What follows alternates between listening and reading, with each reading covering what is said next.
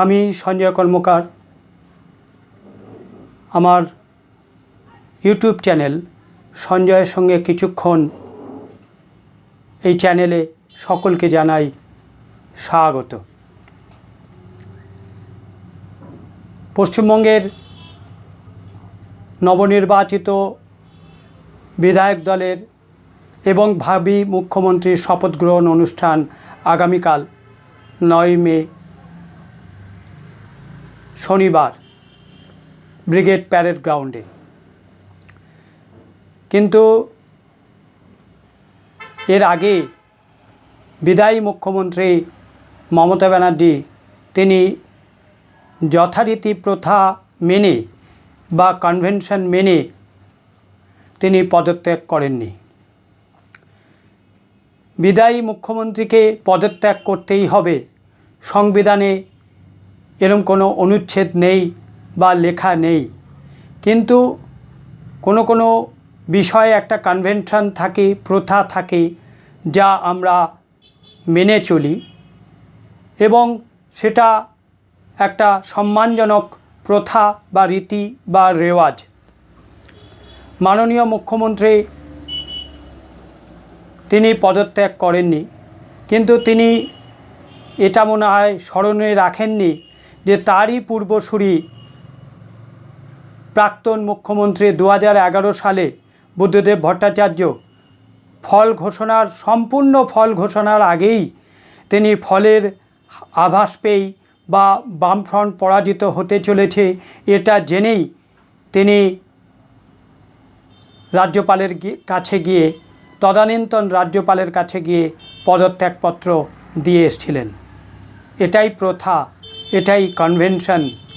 এভাবেই সম্মান করতে হয় সংবিধানকে, এভাবেই সম্মান জানাতে হয় আমাদের ভারতবর্ষের সংবিধান লিখিত যিনি প্রণেতা বাবা সাহেব আম্বেদকরকে। কিন্তু মমতা ব্যানার্জি তা করলেন না। পদত্যাগ করলে, কনভেনশন মেনটেন করলে বা প্রথা ভেঙে না গিয়ে তিনি পদত্যাগ করলে তার সম্মান বাস্তবই কমতো না। তিনি বিদায়ী মুখ্যমন্ত্রী, তিনি আর মুখ্যমন্ত্রী হবেন না বা হতে পারবেন না আপাতত, সেটা জেনেও তিনি পদত্যাগ করলেন না। এটা সংবিধানকে এক প্রকার অসম্মান করা, এবং তিনি যদি পদত্যাগপত্র রাজ্যপালের কাছে দিয়ে আসতেন তাহলে বাবা সাহেব আম্বেদকরকে সম্মান জানানো হতো। তিনি তা করলেন না। এটা অনভিপ্রেত, অনাকাঙ্ক্ষিত এবং খুব দুঃখজনক। যাই হোক, তার পদত্যাগপত্র না পেয়ে রাজ্যপাল এই বিধানসভাটা ভেঙে দিলেন। 7ই মে বৃহস্পতিবার অবধি গত বিধানসভার মেয়াদ ছিল, কিন্তু রাজ্যপাল অপেক্ষা করেছিলেন তার পদত্যাগপত্রের জন্য, কিন্তু তিনি পদত্যাগপত্র মমতা ব্যানার্জির কাছ থেকে না পেয়ে অবশেষে তিনি বিধানসভাটা ভেঙে দিলেন। সংবিধানের 174 অনুচ্ছেদের 2 নম্বর ধারা বি উপধারা অনুসারে ক্ষমতা প্রয়োগ করে রাজ্যপাল পশ্চিমবঙ্গ বিধানসভা ভেঙে দেওয়ার নির্দেশ জারি করেছেন। পশ্চিমবঙ্গের মেয়াদ বৃহস্পতিবার 7ই মে রাত 12টার পর পশ্চিমবঙ্গে বিধানসভার আর অস্তিত্ব থাকছে না। এমতাবস্থায় নির্বাচন কমিশনও বৃহস্পতিবার সমস্ত নির্বাচন বিধি বা নির্বাচন আচরণবিধি প্রত্যাহার করে নিয়েছেন, যা এমসিসি বলে পরিচিত, মডেল কোড অফ কন্ডাক্ট তারা তুলে নিয়েছেন।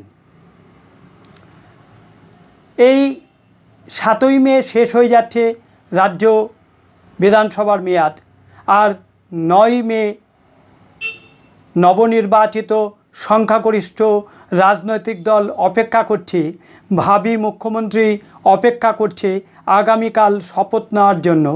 মাঝে এই একটা দিনের জন্য নিশ্চয়ই আর রাষ্ট্রপতি শাসন জারি করার প্রয়োজন নিশ্চয়ই নেই। আর কেউ সেটা করবেনও না বা করতে চাইছেনও না।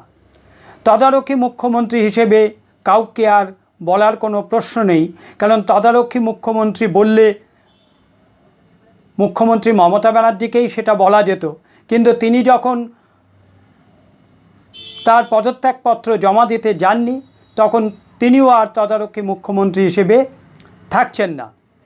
নতুন করে মুখ্যমন্ত্রী কাউকে নিয়োগ করলে তাকে শপথ নিতে হবে। আগামীকাল তো নবনির্বাচিত সংখ্যাগরিষ্ঠ রাজনৈতিক দল বিজেপি তার ভাবী মুখ্যমন্ত্রী শপথ নেবে। ফলে একদিনের জন্য রাজ্যপাল আর কোনো বিশেষ আয়োজন না করে তিনি অপেক্ষা করছেন। আজকে 8ই মে কলকাতায় মাননীয় স্বরাষ্ট্রমন্ত্রী অমিত শাহ পদার্পণ করেছেন কলকাতায়। বিকেল 3:15 তিনি নবনির্বাচিত বিধায়কদের নিয়ে বিধান পরিষদের বৈঠকে ভাবী মুখ্যমন্ত্রী কে হবেন সেটা নির্বাচন করবেন এবং তারপর ঘোষণা করবেন। আমার ধারণা আজ রাতেই রাজ্যপাল RN রবি নবনির্বাচিত মুখ্যমন্ত্রীকে তার সংখ্যাগরিষ্ঠতা প্রমাণ দিয়ে সরকার গড়বার জন্য আহ্বান জানাবেন এবং আগামীকাল শপথ গ্রহণ করবে ভাবী মুখ্যমন্ত্রী বিজেপির। দেখা যাক সেটা কি হয়। তবে মমতা ব্যানার্জি ভেবেছিলেন যে তার এই কাজে ইন্ডিয়া জোটের অনেকেই তাকে দু হাত তুলে সমর্থন করবে এবং তাকে বাহবা জানিয়ে বিবৃতি দেবে। তেমনভাবে কেউ বিবৃতি দেয়নি। অখিলেশ যাদব এসেছিল মমতা ব্যানার্জির সঙ্গে দেখা করতে এবং অভিষেক ব্যানার্জির সঙ্গে সাক্ষাৎ করতে, কিন্তু অখিলেশ যাদবের পার্টির মধ্যেই এটা নিয়ে বেশ দ্বিমত রয়েছে।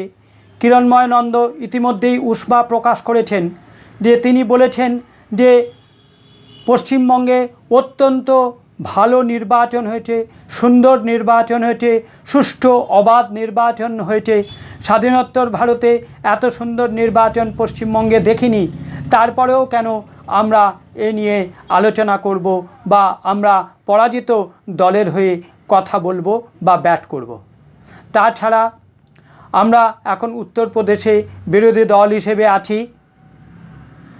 তৃণমূলের গায়ে আকণ্ঠ দুর্নীতির তকমা লেগে রয়েছে, দুর্নীতির দুর্গন্ধ লেগে রয়েছে।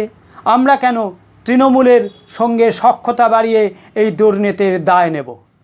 কেন দুর্নীতির তকমা আমাদের গায়ে লাগবে? এটা কিরণময় নন্দ বলেছেন। এ নিয়ে কিরণময় নন্দের সঙ্গে অখিলেশ যাদবের পার্টির অনেকেই সহমত পোষণ করেছেন। আর কিরণময় নন্দ মুলায়ম সিং যাদবের অত্যন্ত ঘনিষ্ঠ, এ নিয়ে কোনো সন্দেহ নেই। এটা গেল এক প্রকার আলোচনা। পরবর্তী আমার প্রশ্ন, তাহলে বিধায়করা কী করবে? তৃণমূলের বিধায়করা কী করবে? মমতা ব্যানার্জির বিধায়করা কি তাহলে শপথ নেবেন না? তিনি যেভাবে পদত্যাগপত্র পাঠাননি বা দেননি, তিনি তাহলে কি তার বিধায়কদের শপথ নিতে পাঠাবেন না? যদি না পাঠান তাহলে বিধায়করা কি করবে? তখন কি অবস্থা হবে? সেই উদ্ভূত পরিস্থিতি নিয়ে এখনই প্রশ্ন জাগে মনে। আর যদি পাঠান শপথ নিতে, তাহলে কি এটা প্রশ্ন থাকে না যে জিতলে নির্বাচন কমিশন ঠিক আছে আর না জিতলেই নির্বাচন কমিশন অন্যায় করেছে? আপনি কি মনে করেন যে সুপ্রিম কোর্ট আপনার মামলায় আপনাকে আপনার মুখ্যমন্ত্রীর পদ ফিরিয়ে দেবে? সেটা আকাশকুসুম ভাবনা বা কল্পনা। স্বাধীনোত্তর ভারতবর্ষে যেভাবে পশ্চিমবঙ্গে নির্বাচন হয়েছে তাতে সুপ্রিম কোর্ট যথেষ্ট খুশি হয়েছে এবং নির্বাচন কমিশনকে প্রশংসা করেছে বা তাদের ধন্যবাদ জ্ঞাপন করেছে। এরপরেও আপনি যদি ভাবেন যে সুপ্রিম কোর্ট আপনাকে আপনার মুখ্যমন্ত্রিত্বের পদ ফিরিয়ে দেবে, তাহলে সেটা সঠিক ভাবনা হবে বলে মনে হয় না। জানি না আপনাকে কে বা কারা এই চিন্তাভাবনাগুলো দিচ্ছে। তার কারণ আপনি স্তাবক পরিবৃত হয়ে থাকেন, সারাক্ষণ স্তাবকদের তাবেদারিতেই থাকেন। স্তাবকরা তাবেদারি করে, আহা বেশ বেশ বলে হাততালি দেয়, আর আপনিও সেই হাততালিতে মুগ্ধ হয়ে আপনার সিদ্ধান্ত আপনি গ্রহণ করেন। আপনার বিধায়করা শপথ নিতে গেলে এই প্রশ্ন তাদেরকে তো সবাই করবে, ও জিতলে নির্বাচন কমিশন ঠিক আছে, আর যারা হেরেছে তাদের জন্য নির্বাচন কমিশন অন্যায় করেছে। এটা কি দ্বিচারিতা নয়? এটা কি দ্বিমুখী সিদ্ধান্ত নয়? প্রশ্ন থেকে যায়, প্রশ্ন তো থাকেই মাননীয়া, আপনার অনেক কাজেই প্রশ্ন আছে, প্রশ্ন থাকে। তবে এই কাজটা একেবারেই গ্রহণযোগ্য নয় বাংলার মানুষের কাছে, যে আপনি পদত্যাগপত্র পাঠালেন না বা পদত্যাগপত্র রাজভবনে গিয়ে দিয়ে আসলেন না। প্রথা মানলে, কনভেনশন মানলে সম্মান কমে না, সম্মান বাড়ে। আপনি একবার ভেবে দেখুন, 1 পয়েন্ট এজেন্ডা, সিপিএমের বিরুদ্ধে লড়াই, এই লড়াই নিয়েই আপনি মুখ্যমন্ত্রী হয়েছিলেন। সেই বামফ্রন্টের মুখ্যমন্ত্রী তিনি কিন্তু পদত্যাগপত্র জমা দিয়ে এসেছিলেন যথাসময়, যথারীতি নিয়ম মেনে। আপনার পূর্বসূরি আজ সেজন্য প্রশংসা পাচ্ছেন এবং অনেকের থেকে প্রণাম পাচ্ছেন। প্রণাম প্রশংসা পেতে গেলে অনেক আত্মত্যাগ করতে হয়, সেটা মনে হয় আপনারা সঠিকভাবে করতে পারেন না বা জানেন না। যাই হোক, এই আলোচনা এখনকার মতন করলাম। পরবর্তী প্রতিবেদন নিয়ে আবার পরবর্তী সময় উপস্থিত হব। বিকেলবেলায় জানা যাবে কে বিজেপির মুখ্যমন্ত্রী হতে চলেছে, কে মুখ্যমন্ত্রী হয়ে শপথ নিতে চলেছে, এটা বিকেলে জানা যাবে। তখন আবার একটা প্রতিবেদন করব অবশ্যই। এখন এই পর্যন্তই, বিদায়বেলা বলবো, যাওয়ার আগে বলবো যে আপনারা আমার চ্যানেলটিকে লাইক করবেন, সাবস্ক্রাইব করবেন এবং আপনাদের মতামত কমেন্টস বক্সে প্রদান করবেন। এবং সেই সঙ্গে এটাও বলবো, আমার প্রতিবেদন, আমার বক্তব্য, আমার আলোচনা ভালো লাগলে আপনারা অবশ্যই আপনাদের বন্ধু বান্ধব, পরিজন, আত্মীয় স্বজনের মধ্যে আমার চ্যানেলটিকে শেয়ার করবেন। এখন এই পর্যন্তই, নমস্কার।